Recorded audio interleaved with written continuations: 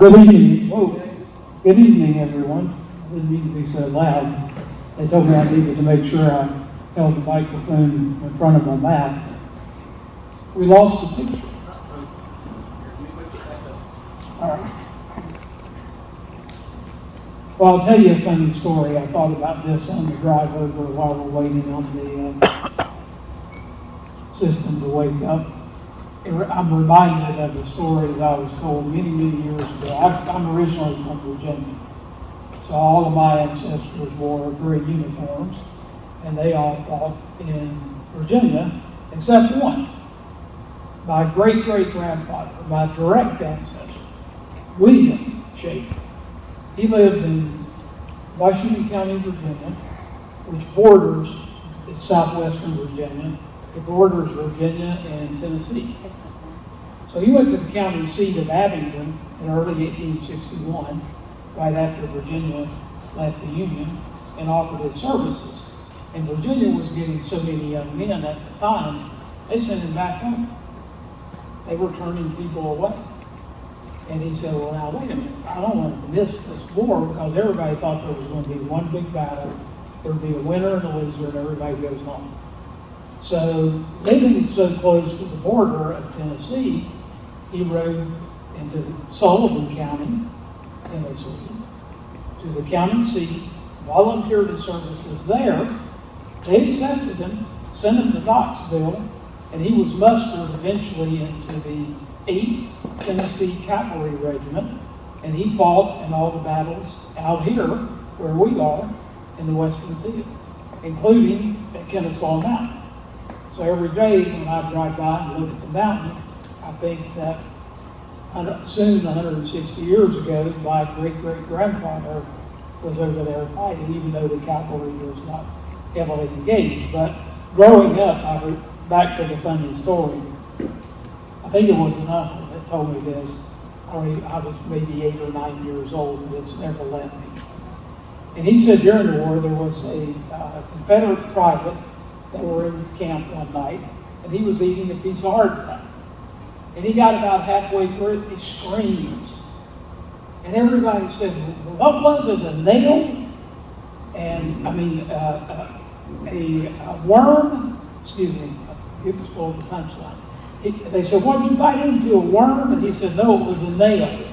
Because the hardtack is so darn hard, the nail seemed soft. So I believe the joke by saying nail instead of worm. But anyway, it's a pleasure to be here. Lee told me when he invited me several months ago, he said, you and I are probably going to be passing. Because I went right by Cartersville on the way over here, and that's where he is today. So hopefully I can come back sometime when he's here, because I think he wants me to talk about the Atlanta campaign or something. But a little bit about the book. I do have copies available for $37 each. It's new, it's just been out for a couple of months. And I can take cash, credit card, or check. Several of you have already bought a copy. Thank you very much. A little bit about the book and the clicker was working, but it's not now. We walked and talked. I hadn't really planned to start writing this book in early 2020. Well, I may have to stand a little closer. But something we've all, unfortunately, grown too familiar with. The pandemic set in, and my entire calendar for the rest of 2020 was erased. All the groups I was supposed to speak to all over the country, like all of you, all the classes I was supposed to teach, they're all gone. So I don't like to sit idle and do nothing. So probably around the end of March 2020, I started working on the book, the writing part. I've been gathering research for many different years. Every time I've run across something when I was working on something else, I'd find something and file it away. Little did I know that about halfway through the writing process, I would be diagnosed with esophageal cancer. And I had surgery at Emory University Hospital in April of last year. I'm cancer-free, praise God.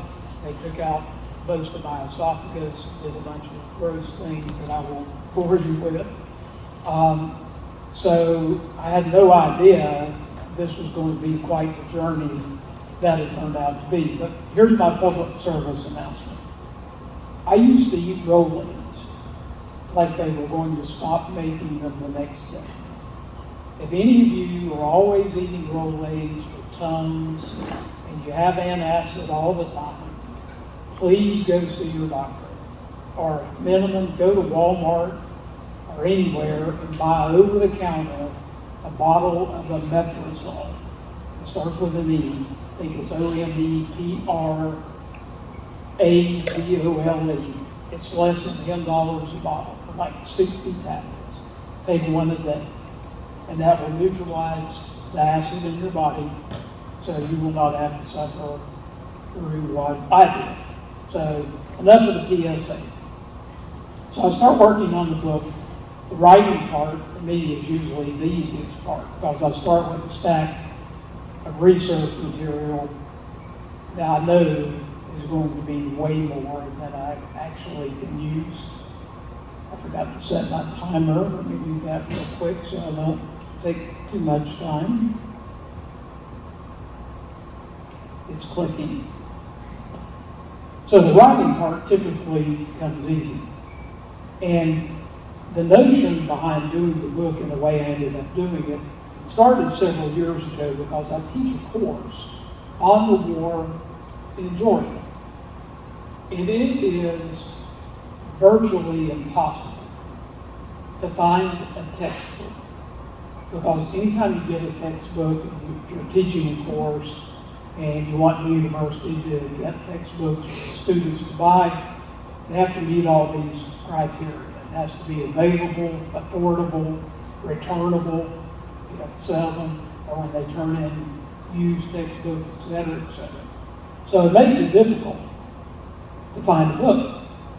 But I've usually been able to find them. But what you typically land with, there's a lot of great books, as there are here in Alabama, that talk about the battles that took place on the land. They mention nothing about naval activity at all.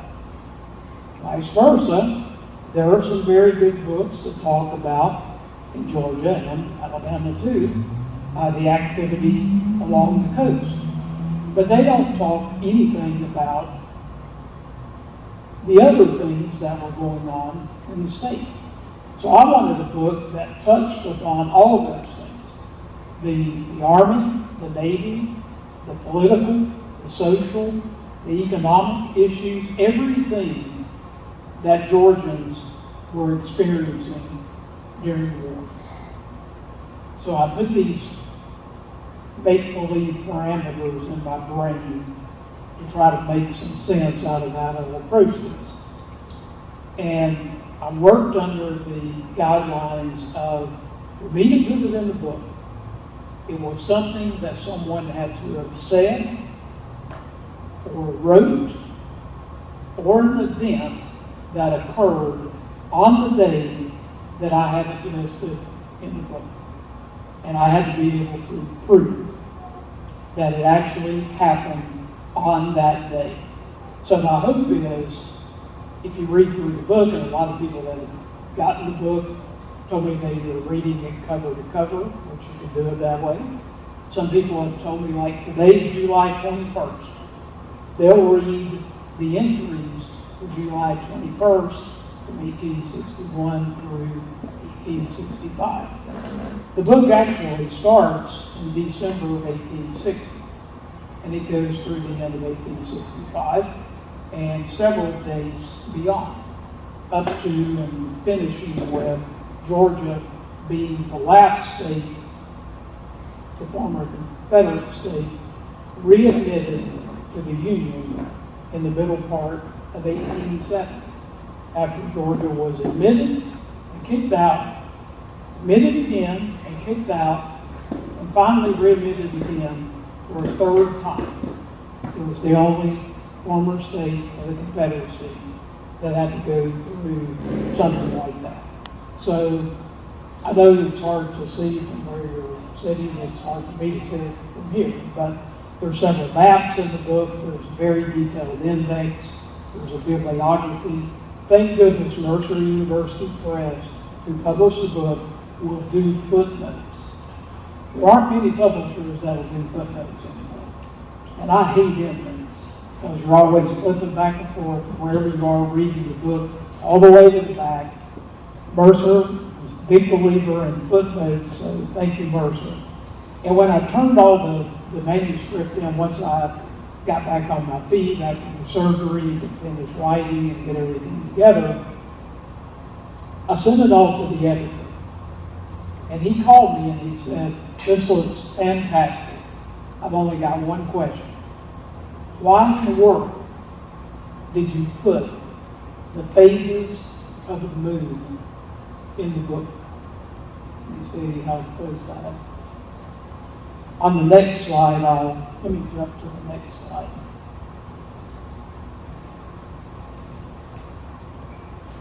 Here's an example. I'll come back to Governor Joseph E. Brown.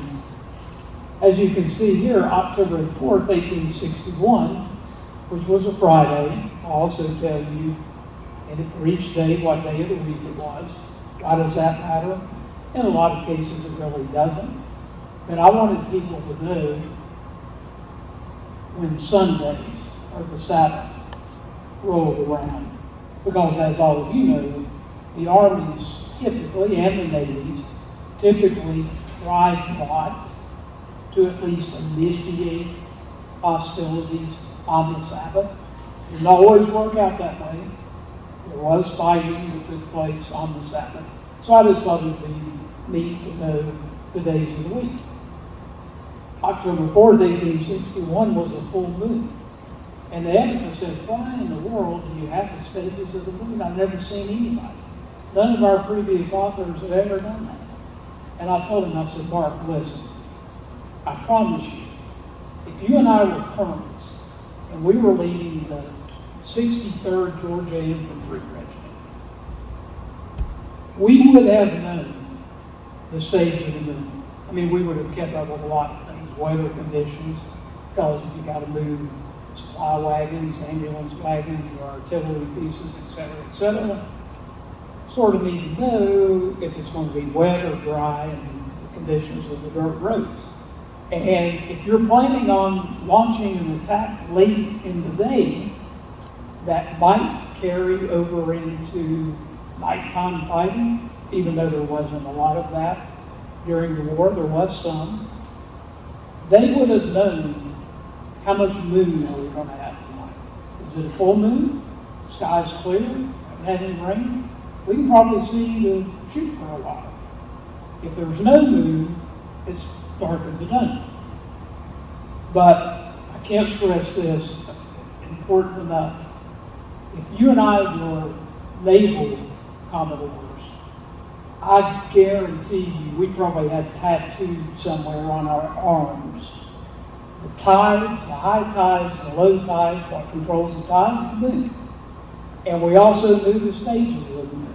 And this is on both sides. If it was the blockade runners trying to get off the coast of Georgia, Savannah, or other points, or if it was the federal naval ships trying to make an attack on Savannah or Fort McAllister or one of the different positions along the coast, they lived and died, sometimes literally, by the stages of the moon. So once I explained that to him, he's like, "Oh, I get it now.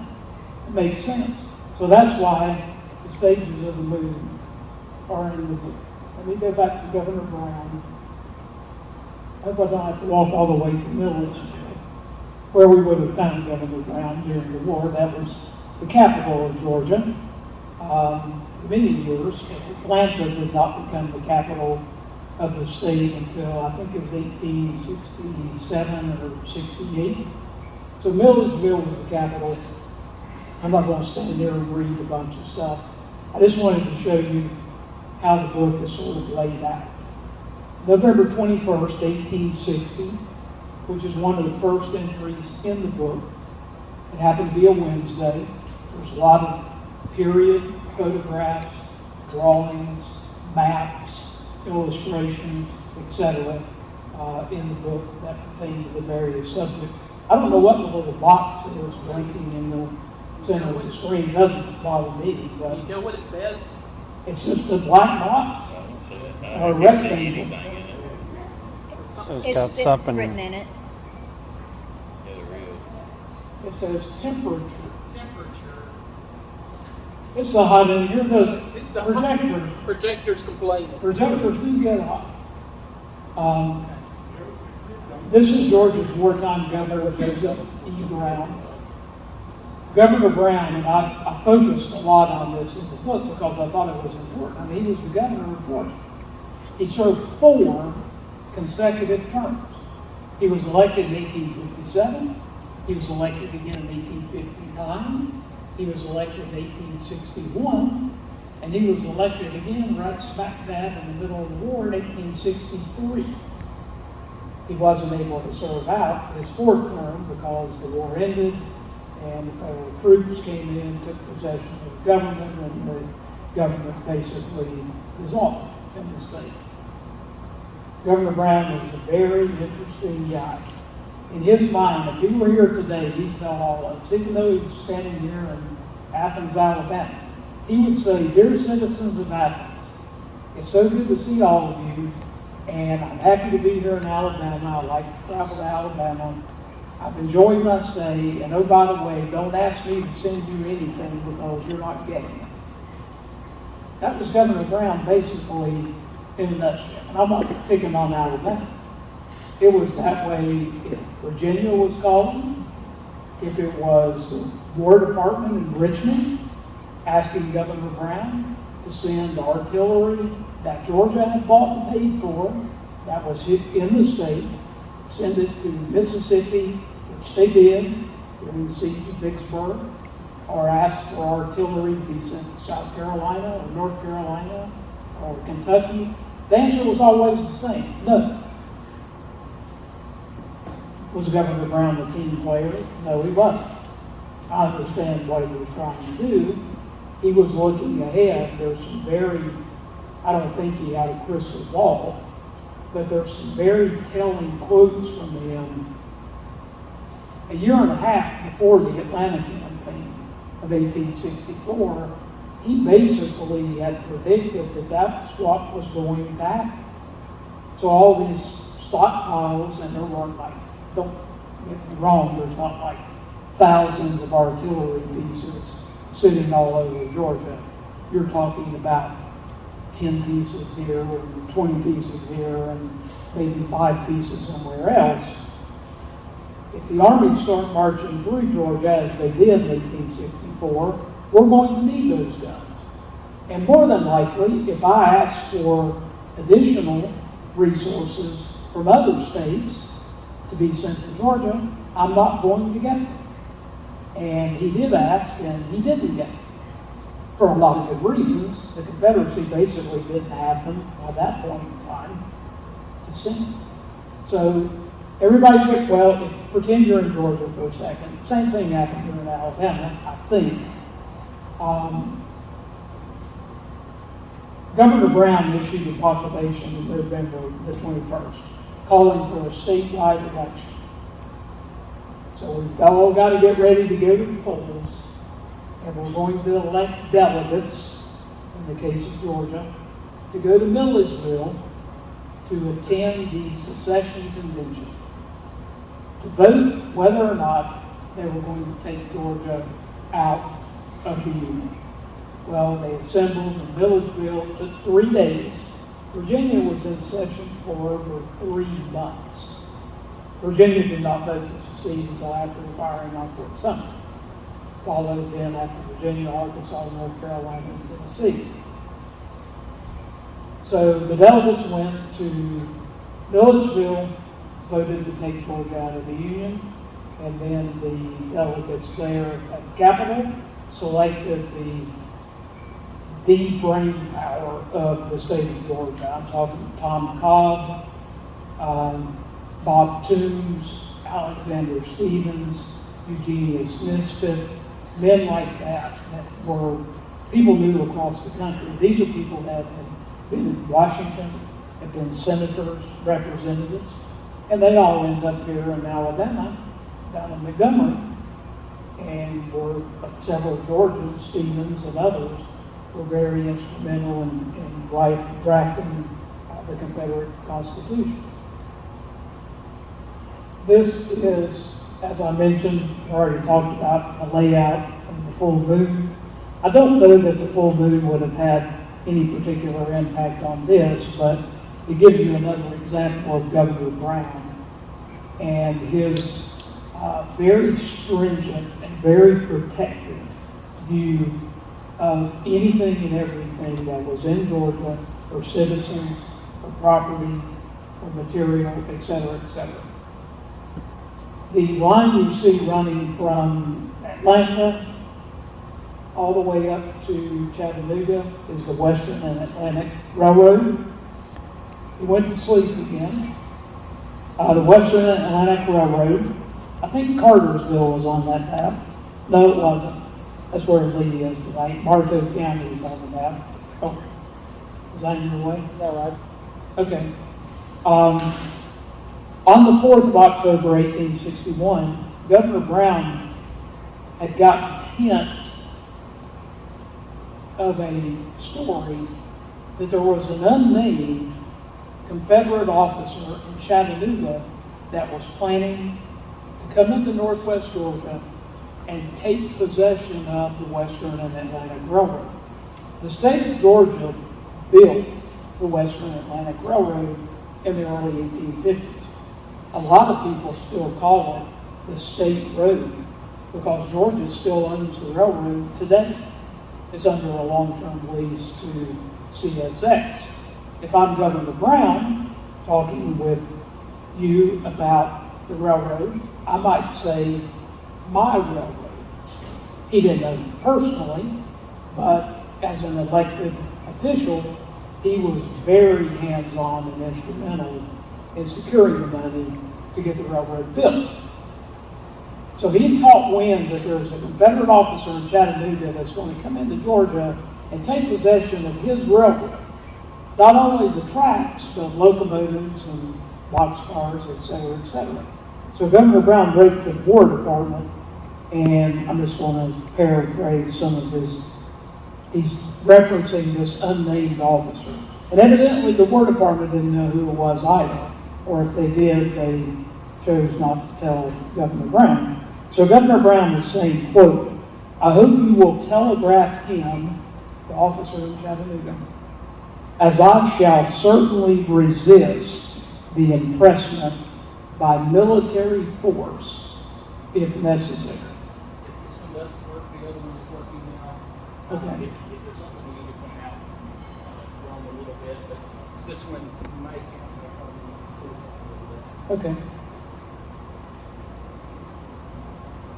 Do you know how, you want me to just go on, or do you want me to No, you wait? can go on, and like I say, if the one on the other side is working, Oh, it is? yeah. Oh, okay. And I didn't so- even see that. Well, now the flag. And this one might be coming back on in a second, but it's Okay. liable to cut out again. Well, that's good if everybody can see the one over there. Let me step out so I can see if it's. Yeah, I see it now. I can't see. Oh, there we go. I just put new batteries in this, so I guess it's more range than power. December 12th, 1861. This is a period illustration that was taken out of one of there were three big illustrated newspapers, Harper's Weekly, Frank Leslie's Illustrated, and the Southern Illustrated News. I think this one came out of Harper's. And this is an illustration depicting, and this is one of those things you don't think about, and I've told people when I was doing the research, it just kept piling up, and I kept saying to myself, oh my goodness. Because we all get lost, myself included. I lead a lot of battlefield tours at Kennesaw Mountain and other places. And it's easy to get so caught up in all the things that were going on, and especially in 1864 in Georgia, with the Atlantic campaign and then finally Sherman's march to Savannah. It's easy to forget. And the biggest shocker for me in doing the research and the writing, along the coast, it was nonstop. I mean, almost every day. There were these naval engagements. They weren't huge affairs. We're not talking about thousands of people engaged, but there were people getting killed. And a lot of that has just almost been lost to history because it's not something like the Battle of Atlanta on July 22nd of 1864 and that beautiful cyclorama painting in the Atlanta History Center. Well, when the Battle of Atlanta was fought on July 22nd of 64, there was naval activity going on around Savannah and people were getting killed on both sides. Confederate soldiers fighting, firing artillery from the land, and Federal sailors and officers on board their ships. Especially for about the first year and a half or so of the war, blockade running was a pretty big deal, as it was here in Alabama, with ships trying to leave the coast of Mobile and go to either typically, well, for Georgia, it was usually the Bahamas, Bermuda, or Cuba, and pick up goods that have been brought in from other places, and then bring them back to Savannah or Darien or one of the other deeper water ports along the coast. And that worked pretty well for the first year and a half or so of the war, and then as the blockade tightened, it became much more problematic.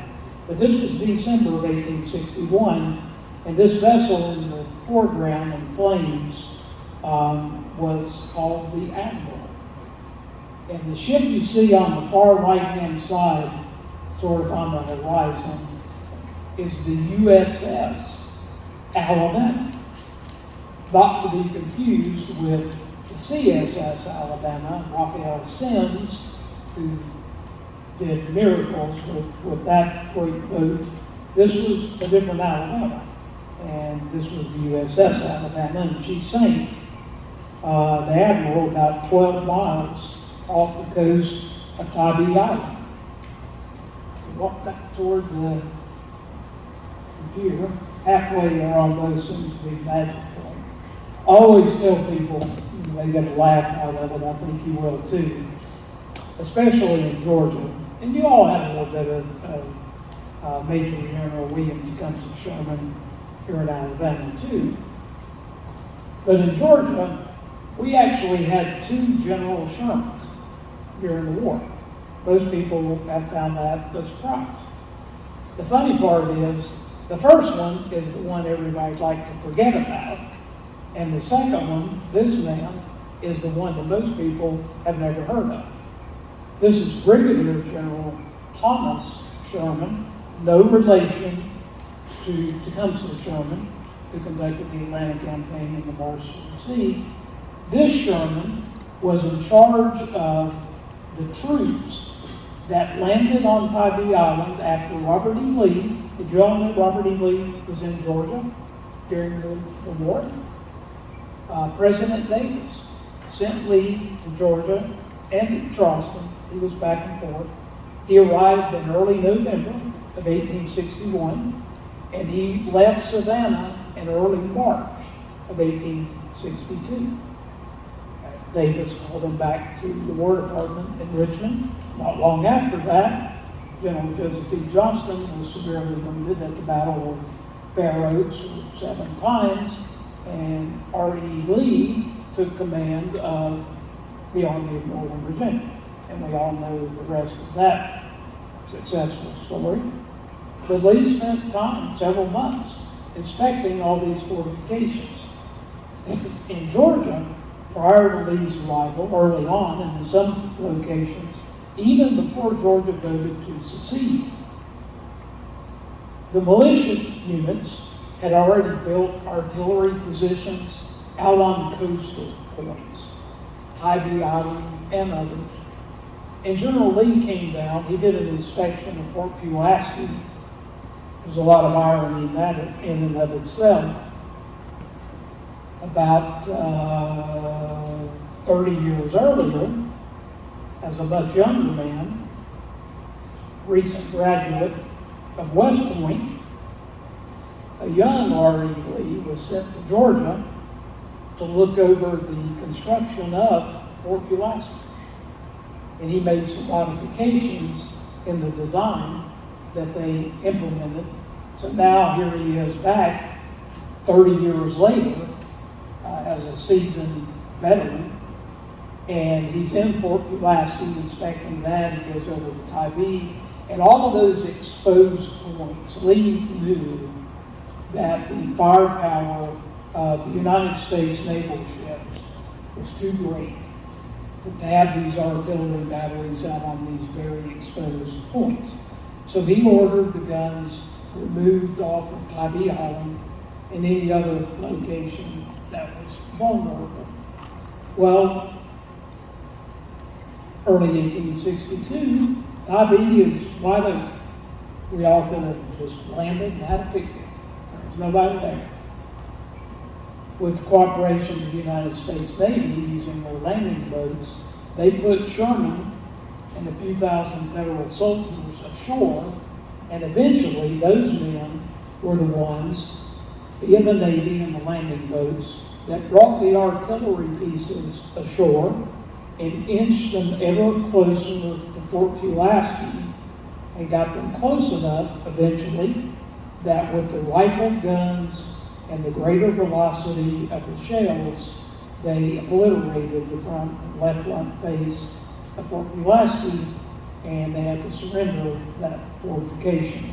So again, two Shermans in Georgia, the one that most people like to forget, and Tom, that now hopefully more people will remember. This is perhaps an image of the CSS Georgia, an ironclad. It was often called the ladies' gunboat because women in Georgia, they'd already done a lot of sanitary fairs, raising money to send supplies to the troops going off to the battlefront, which early in the war, all the Georgians, by the end of 1861, Georgia had, per Governor Brown's report to the legislature, over 40,000 soldiers in the field. You know where they all were? Virginia. And that's where they all stayed. There were a whole lot more Georgians fighting in Virginia during the war than there were that fought in Georgia. There were Georgia regiments, obviously, in the Atlanta campaign, but the vast majority of the regiments came from places like Mississippi, Alabama, Arkansas, Kentucky, and Tennessee. So the ladies are raising money to supply all these young men that were eager to go off to war. I guess they sort of checked that box, but they keep doing it. And they set their sights a little higher. And they decided they wanted to build an ironclad. The Battle of Hampton Roads between the Monitor and the CSS Virginia changed naval warfare forever. The days of wooden ships instantly came to an end. Worldwide, everybody started building ships out of iron or steel. Wooden vessels were, with the snap of a finger, a thing of the past. So the ladies in Georgia wanted to build their own ironclad. And they had high hopes for this vessel. And they raised the money. There were ladies that came from other states of the Confederacy that also contributed money. Unfortunately, there are several things we don't know. There's actually a lot of things we don't know about Georgia. They have recovered her. She's in the Savannah River, right out in the middle of it. They've done several dives and brought up a lot of relics. The relics, some of them were just put on display down at the Naval Museum in Columbus about 3 weeks ago. The rest of them are in Texas, being preserved so they can eventually be sent to Columbus. The things we don't know for sure about the Georgia, the plans, she was built in Savannah, and the factory who designed her and built her, either the plans were lost, they could have been burned in December of 1864 when Sherman's troops arrived. So if there's a copy of the plans anywhere, they've never been found. And as hard as it is to believe, and I have to believe somebody took a photograph of this thing, because there were a lot of photographers in Savannah. But if there are any photographs of the CSS Georgia, they have never been found. There was a fake one. Some of y'all maybe remember this story about 7 or 8 years ago. It made newspapers all across the country. And then they figured out some teenager had photoshopped, I think, a picture of another ship to try to make it look like the Georgia. And they were, once they got on that trail, they were pretty quickly able to prove that it was a fake. So based on some people who were actually there and saw it, and maybe talked to a newspaper reporter, this is sort of what we think the Georgia might have looked like. Unfortunately, the engines that powered the craft were woefully underpowered. She could barely move. And the draft, the part of the hull that goes beneath the surface of the water, was so deep, she had to stay out basically in the middle of the Savannah River, because if she tried to get over closer, or one of the inlets or so forth, she would run aground, as she did several times. So eventually the Confederate naval officers decided they were going to use her as a floating battery. So they parked her just off to the side of old Fort Jackson. If any of you have ever been to Fort Pulaski, when you leave Fort Pulaski, if you're driving back up to Savannah, about a mile up the road, old Fort Jackson is on your right, sits right on the Savannah River. And then out in the river, if you haven't been, go sometime, and go to old Fort Jackson, look out in the river, and you'll see a giant orange buoy. Right beneath that is the remains of the Georgia. Because when Sherman's troops captured the city in late December of 1864, any ships that the Confederates could not get out, they scuttled. So as I mentioned, thankfully, the Georgia is protected. We're not going to dredge over her. They're still dredging the channel. I don't know how big they're going to build these ships that bring goods from other countries, but for like cities floating, but the Georgia to begin with. So thankfully, there wasn't too much dredging damage done. This is another period illustration. I think this may have come from Frank Leslie's Illustrated. The officer on horseback with his back to us is Tecumseh Sherman. And often, at the other screen, off in the foreground is Ringgold Gap. And you can see smoke in the distance. Sherman's watching.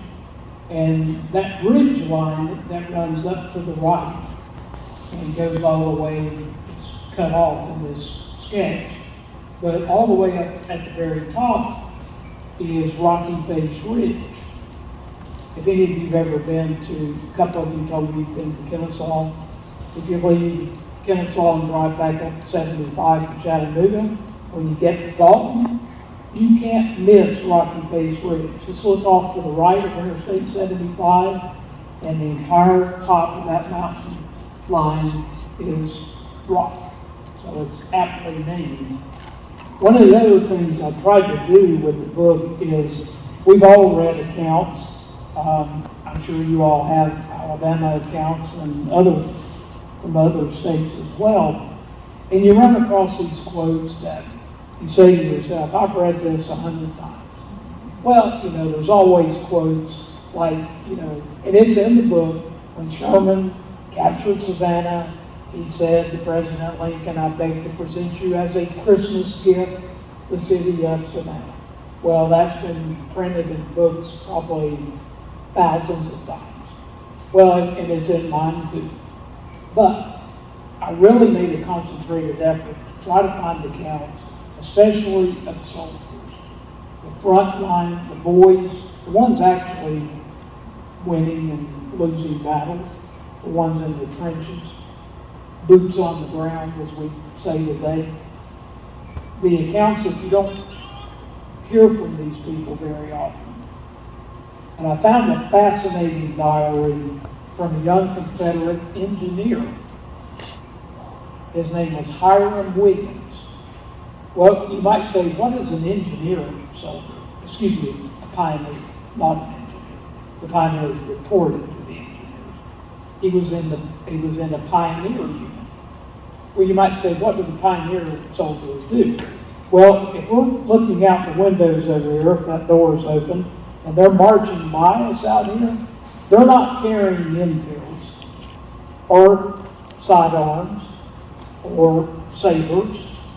They're carrying saws and axes and implements that they can use to cut down trees, to open up an avenue of approach for artillery, the horses, the wagons, corduroying roads, and building defensive positions, etc., etc.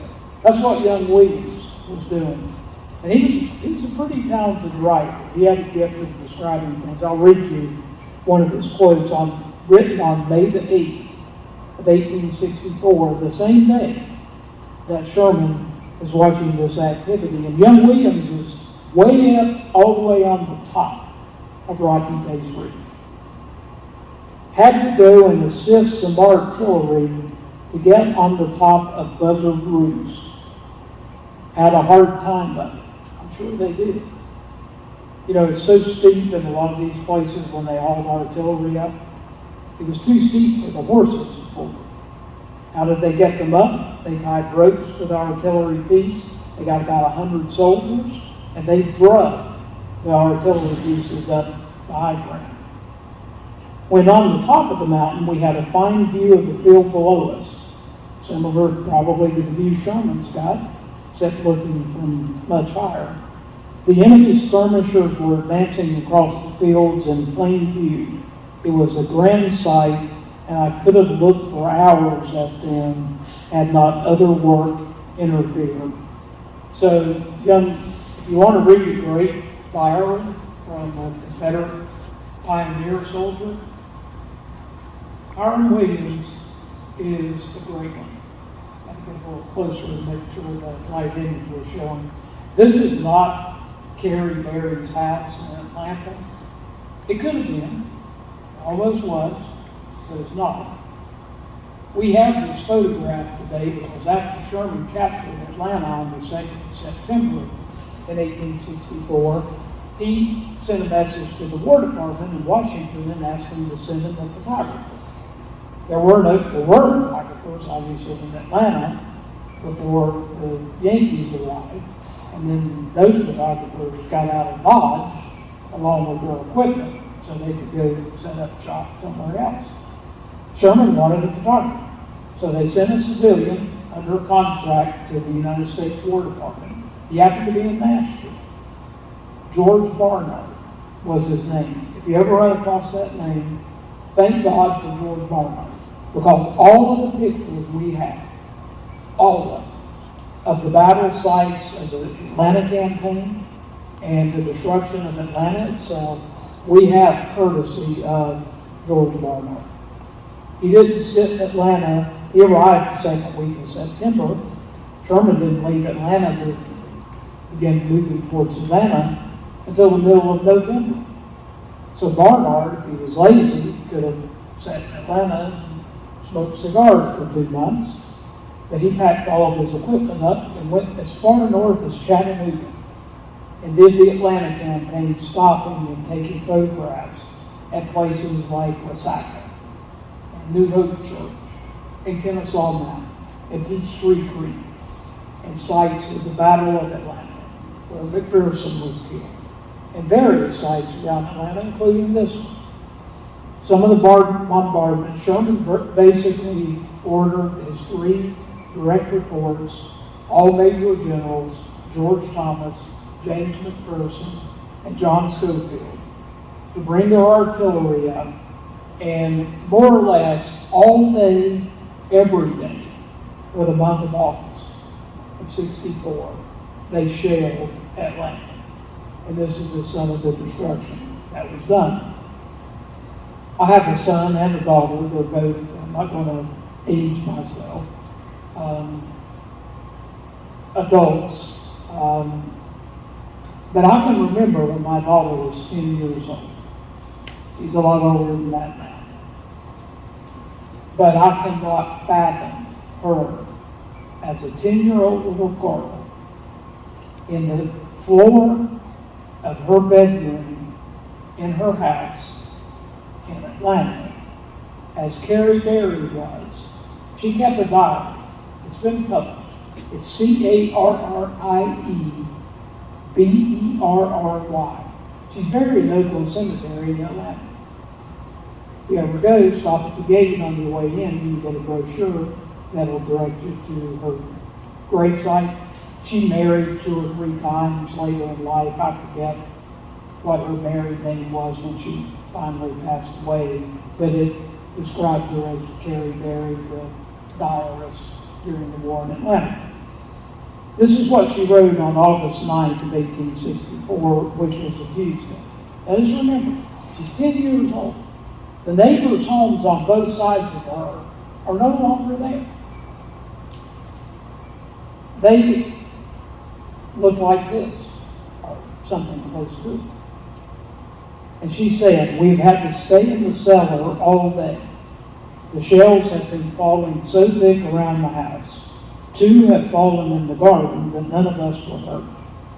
Cousin Beatty came in and wanted us to move. He thought we were in danger, but we will try a little bit longer." And she went on to write several other accounts all along the similar vein. And it offers us one of the very rare insights from a civilian that was actually in Atlanta the entire time that Sherman was bombarding the city. And I guess it's just appropriate it would come from the eyes and the pen of a 10-year-old little girl. June 17th, 1865, which was a Saturday, you're looking at, Father, this is the last slide and the final one's the cover of the book. This is James Johnson, no relation to then the new president of the United States, Andrew Johnson. As all of you know, Lincoln was assassinated in Ford's Theater, and Andrew Johnson from Tennessee, originally born in North Carolina, but grew up in Tennessee, became the 17th president. As I alluded to earlier, in Georgia, and I'm sure you went through similar things here in Alabama, it was almost a state of total lawlessness. Early on, they put Major General George Thomas over command of the military district in Georgia immediately after his surrenders. Immediately after Lee surrendered to Grant at Appomattox Courthouse, and Joe Johnston surrendered to Sherman at Bennett Farmhouse in North Carolina. And Thomas was pulling his hair out trying to get food. That's the first thing people have to eat. We've got to worry about food first, and then we can take care of lawlessness. And there was no courts, there's no law enforcement, all that's disappeared. It was very bad. And Thomas, we have to give him credit. He worked very hard. And he did get a lot of food and medicine, much needed supplies into the people of Georgia. But Andrew Johnson, and I know he gets a lot of ridicule, and he probably deserves most of it, but I think he did something pretty smart in tapping this man, James Johnson, to be the provisional governor of Georgia. Because in Georgia, what did they have to do? Got to start all over again. We got to go vote again, get ready to go to polls. We got to elect more delegates to go to Milledgeville.